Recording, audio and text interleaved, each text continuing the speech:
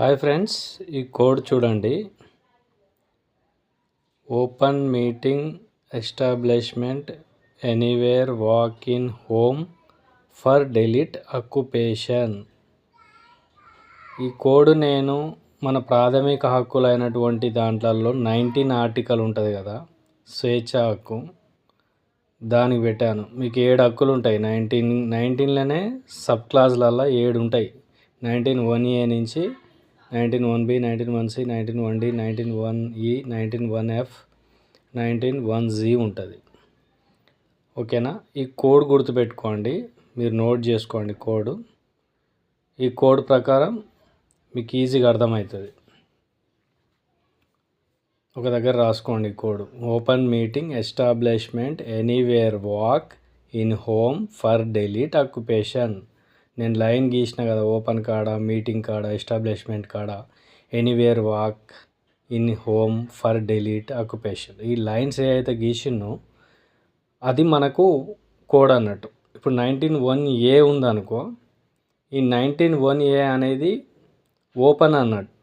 19 sub class 1 sub class ఏ ఏం చెప్తుంది అంటే, ఓపెన్ అంటే కోడ్, మనం భావ వ్యక్తీకరణ స్వేచ్ఛ అంటే మనం ఓపెన్గా మాట్లాడే, ఇప్పుడు మన మౌత్ ఓపెన్గా ఫ్రీగా ఏ అంశాన్ని ఎవరు మనల్ని ప్రెజర్ చేయకుండా స్వేచ్ఛగా మన యొక్క భావాలను వెల్లడించేది అన్నట్టు ఓపెన్ అనేది. మీటింగ్ అంటే 19(1)B, 19(1) క్లాస్ B సమావేశాలు ఏర్పాటు చేసుకునే స్వేచ్ఛ. మీటింగ్ అంటే సమావేశం అన్నట్టే కదా.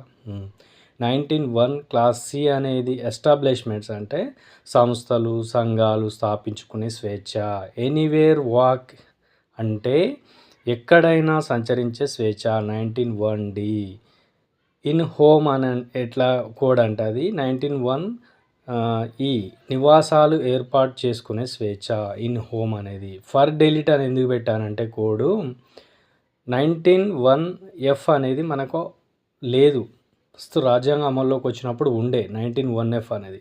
అనేక కారణాల వల్ల మనకు ప్రాథమిక హక్కుకు, ఆస్తి హక్కు అనేది ప్రాథమిక హక్కు కాబట్టి అది అనేక విషయాలలో ఆదేశ సూత్రాలలో భాగంగా మన కాన్స్టిట్యూషన్లో అడ్డు రావడం వల్ల ప్రాథమిక హక్కులు దాన్ని తొలగించడం జరిగింది. ఆదేశిక సూత్రాల పైచేయి సాధించడం కోసం ఆస్తి హక్కును తొలగించాల్సి వచ్చింది 1950 నుంచి. అనేక అంశాలు జరగడం వల్ల దానిలో భాగంగానే మనం 9th షెడ్యూల్ తీసుకురావడం జరిగింది.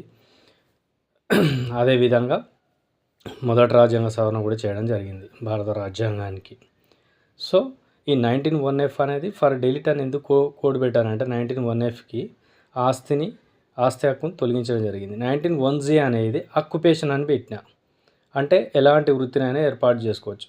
మీకు ఒకటండి, ప్రాథమిక హక్కులు అనేది చాలా ఇంపార్టెంట్. నువ్వు ఏ ఎగ్జామ్ తీసుకున్నా, ఎక్కడ ఏ స్థాయి ఎగ్జామ్ తీసుకున్నా, మీరు ఏది తీసుకున్నా కూడా మీరు